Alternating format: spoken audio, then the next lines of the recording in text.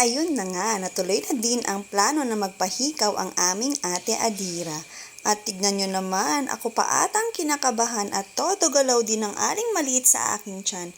Pero si ate Adira, todo naman ang pabibo at sumayaw pa. Matagal na nga niya gusto at hinihiling na magpahikaw siya. Pero lagi itong nadidelay. Story time! Ako kasi ang reason kung bakit na-delay. Nagkaroon kasi ako ng trauma nung bata pa ako. Naalala ko, ganyan din ata kalaki yung hikaw nun. Nasa grade 3 ako that time nung nangyari yung aksidente na pumasok o bumaon yung stone sa butas ng tenga ko. At sobrang daming dugo na lumabas. Siguro naging makulit ako noon at nasapok ako ng aking ate. Kaya bumaon yung stone sa tenga ko. Aray ko po! Gabi pa nung nangyari yon, kaya naman ang pinangalis nila yung tiyaani. Grabe, mukhang di na ata nila nilisan yung tiyaani kasi nagka-infection pa.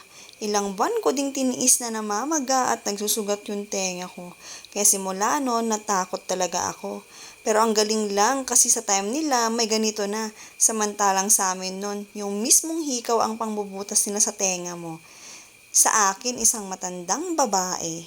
Halos namamaga na sa sobrang sakit. Siguro mga 3 or 4 na beses ako nagpabutas ng tenga noon. At heto na nga, hihikawan na nila si Ate Adira. Kaming mag-asawa pa talaga ang kinakabahan. Pero tignan mo naman, napaka-strong ng bata ito. Hindi man lang umiyak, todo ngiti pa. Talagang ganap na dalaga ang aking prinsesa. Tingnan.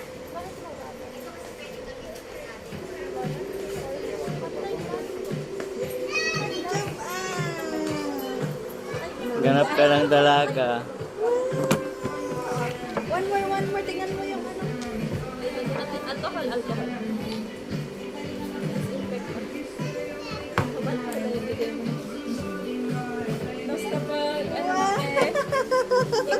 Kayo mga ka-entrepreneurs, ilang taon kayo nang nagpahikaw kayo?